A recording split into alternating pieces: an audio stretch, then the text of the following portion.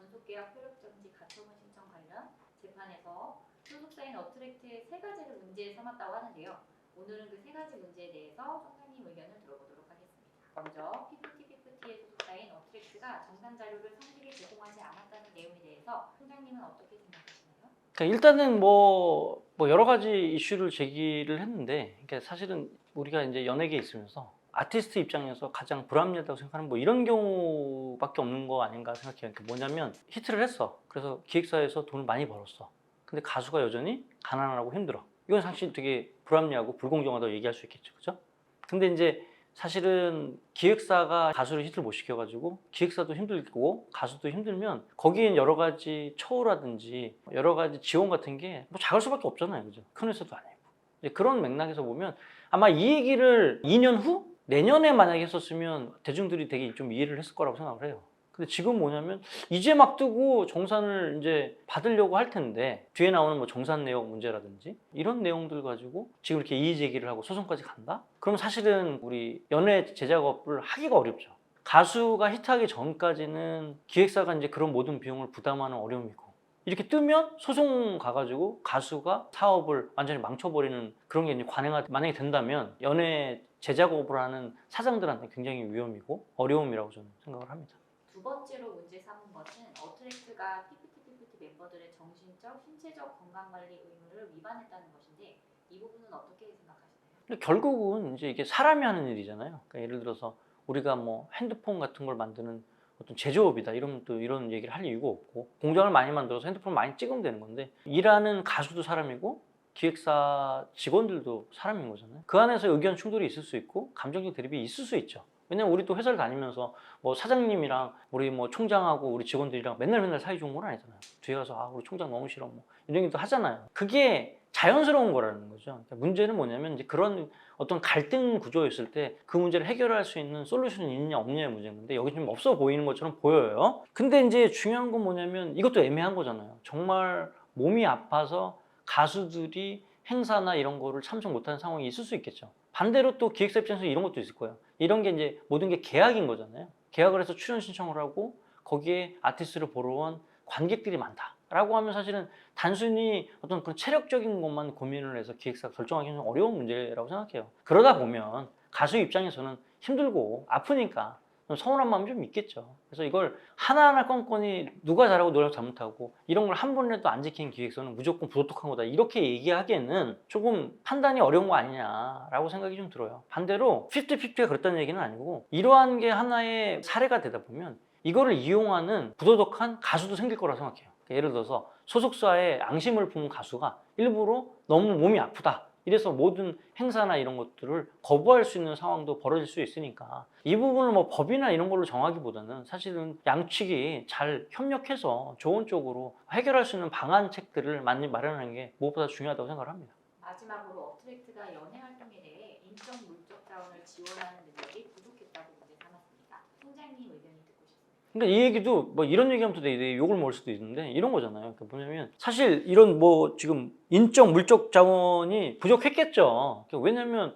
부족하지 않은 데를 우리가 얘기하면 어느 기획사가 부족하지 않겠어. 거기 어디 하이브, 뭐 SM, YG, JYP 이런 아티스트들은 인적 물적 지원들이 뭐 아낌없이 해줄 거 아닌가. 이게 이제 원론적으로 따졌을 때 그럼 PPT 멤버들이 하이브나 뭐 SM 같은 데 가면 이 문제가 없어질 수 있죠. 그러니까 왜 하이브에 뭐 오디션 붙어가지고 뉴진스가 되면 되는 거잖아. 그리고 뭐 예를 들어서 블랙핑크가 되면 그 전용기도 막 나올 거 아니야, 그죠? 사실은 지금까지는 부족할지 모르지만 50-50가 지금 대성하는 과정이 있으니까 앞으로는 처우가 좀 좋아질 수 있겠죠. 어차피 직장인도 마찬가지 아니겠습니까? 처음에 실적이 없고 사원으로 있을 때는 급여도 작고 여러 가지 처우도 작은 거지만 실적을 내고 능력을 회사에 보여주면 여러 가지 처우들이 좋아지는 거잖아요. 이런 과정들이 좀 있다고 보는 겁니다. 그래서 제가 이제 말씀드리고 싶은 건 뭐냐면 결국은 비슷한 사람끼리 모여서 일을 하게 되는 거예요. SM이나 하이브에서 일하려면 그 맞는 기획사들의 역량이 있는 것만큼 아티스트들도 더 좋은 아티스트를 뽑아가지고 이제 하는 거잖아요. 그렇게 선택받지 못한 아티스트들이 그 밑에 중소 기획사들로 가는 거잖아요. 처음부터 내가 하이브에 오디션이 붙었어. 그럼 사실은 뭐 여기 50-50 소스 갈 일이 있습니까? 그렇게는 안 가겠죠. 근데 이제 이게 무슨 뭐 아티스트 비하하는 것이 아니라 정말 시장 논리가 그렇다는 거예요. 거기서 뭔가의 성과를 보여줬으면 좋은 데 가서 하는 거고, 뭐 예컨대 우리도 중소기업 들어갔는데 삼성전자 복리후생을 보고 막 불평하는 거랑 비슷한 거잖아요. 이게 뭐 50-50가 중소돌이다, 중소기업에서 나왔던 그런 아이돌에서 뭐 비하하는 것이 아니라 이 성적이라는 게 절대적으로 매길 수는 없는 거지만 좌우지간 이런 관계자의 눈에 봤을 때 그런 경쟁에서 조금 밀려났으니까 사실 이렇게 얘기했을 거고,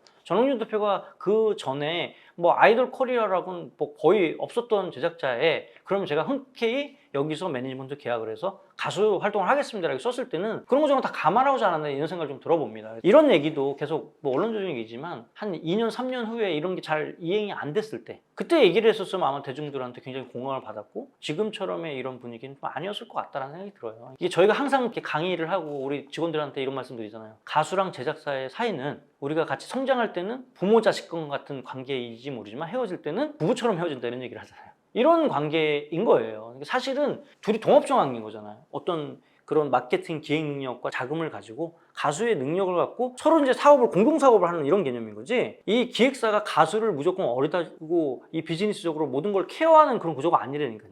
둘 다 어떤 리스크를 감수하고 여기서 히트가 나면 같이 나누는 이런 구조인 거죠. 그래서 히트가 나서 그걸 나누는 거에 대해서 이제부터 좀 면밀하게 보면 될 문제인데, 아까 얘기하는 정산 문제도 사실은 우리도 이제 마이너스 통장 만들어 놓고 계속 마이너스야. 그럼 통장 쳐다보고 싶어요? 안 쳐다보고 싶잖아. 그러니까 이제 기획사들이 아마 지금도 마이너스인 데는 가수도 얼마 정산나 이거 물어보지도 않을 거고, 그리고 기획사도 그걸 굳이 가수한테 얘기 안 하고 정산 내역들을 제대로 안 보여줄 경우는 있어요. 근데 그게 저는 뭐 문제냐 아니냐의 관점이라기보다는 좀 과정이라고 보는 거거든요. 이런 계기로 뭐 50-50가 이만큼 떴던 걸 언론 보도가 다 알고 있는데 가수 모르게 뭐 정산을 치팅하거나 내역을 잘 안 준다, 뭐 그런 식의 내역들은 없는 거고, 또 얘기 이렇게 들어보면 뭐냐면 이 정산 주기나 이런 로직에 대해서 좀 정확히 잘 모르는 거니까 이제 그 부분은 좀 기획사에서 설명을 해줬으면 어땠을까 이런 좀 아쉬움도 남아요. 이거 뭐 아시겠지만 우리가 국내 뭐 멜론에서 결제를 하면 오늘 결제하면 다음 달 핸드폰 요금으로 나오는 거잖아요. 그러면 이제 그 다음 달에 이 통사에 입금이 될 거고, 그리고 거기서 입금한 걸 그 다음 넘겨줄게는 적어도 뭐 N+2 또는 N+3 한 석 달, 넉 달 정도의 주기가 있고, 그게 해외에서 만약에 결제되는 거라면 그보다 더 늦을 수가 있는 거죠. 그러니까 이제 히트가 이제 올 초부터 났는데 그럼 이제 막 정산 내역이 제대로 들어올 때가 됐다라는 겁니다. 근데 지금의 이 시점에서 정산 내역을 요구한다? 이거는 뭐 그 어떤 거라도 좀 이제 고민이 되겠죠. 다만 이제 제도가 그게 어떠한 상황이든 그 정산 내역들을 기획사가 아티스트한테 제공하게끔 되어 있기 때문에 원칙적으로 원론적으로 문제를 제기하면 문제가 될 수도 있겠죠. 다만 이렇게 하나하나 문제를 따지면 어떻게 일을 해요, 그죠? 우리도 같이 일을 하면서 그 회사에도 이 규정이 있지만 다 규정대로 되지는 않잖아요. 그러니까 이런 걸 슬기롭게 대처 나가서 다 같이 상생하는 구도로 가야지 아티스트도 안 죽고 여기는 대표님도 안 죽고 그다음에 프로듀서도 안 죽을 거라고 생각을 해요. 근데 지금은 마치 그 변호사가 얘기를 했지만 솔로몬 얘기하면서 그 악의 비유했잖아요. 마치 모든 이해관계자들이 그냥 다 잘라서 나누자라고 이렇게 얘기하는 것처럼 들려서 그 부분이 너무 안타깝고, 아마 이제 이걸 안타깝게 생각하고 대중의 어떤 관심이 높아진 이유는 뭡니까? 이 50-50라는 그룹이 너무나도 아깝고 그리고 앞으로 더 잘 됐으면 하는 마음들이 커서 그랬다고 저는 생각하거든요. 그러면 대중들 앞에서의 어떤 약속과 책임감도 좀 느껴야 되기 때문에 3명의 어떤 이해관계자들이 조금씩 양보를 해서 다 같이 좋은 호흡을 가져서 다음도 좋은 앨범을 내고 그리고 대중들이 더 환호할 수 있는 그런 사람들이 됐으면 좋겠네요. 그러니까 앞으로도 뭐 이런 얘기 나오지만 정산 얘기가 나오면 기획사들을 욕하시는 분들이 상당히 많은데요. 지금 현실적으로 기획사가 정산을 치팅하거나 감출 수 있는 방법은 좀 없다고 보면 돼요. 하다못해 스포티파이에 가보면 전 세계적으로 이 노래가 얼마큼 팔렸냐를 매일매일 발표를 하고 있는 거잖아요. 그렇기 때문에 그거를 뭐 치팅하거나 숨기기는 사실 구조적으로 어렵다 이렇게 보시면 되고, 언제든지 보려고 하면 볼 수 있는 방법은 많다. 저희 서클차트도 그런 데이터를 모으고 있지만 그런 시대에 어떤 신뢰를 가지고 이거 어떻게 보면 편견에 의해서 이런 식의 소송을 진행한다는 것은 참 무리수고, 소송이라는 건 뭡니까? 결국은 끝을 보자라는 얘기거든요. 다시는 안 보자 이런 얘기인 거잖아요. 이게 같이 업을 했던 사람, 동역자의 입장에서는 하지 말아야 할 일 중에 하나고, 이거는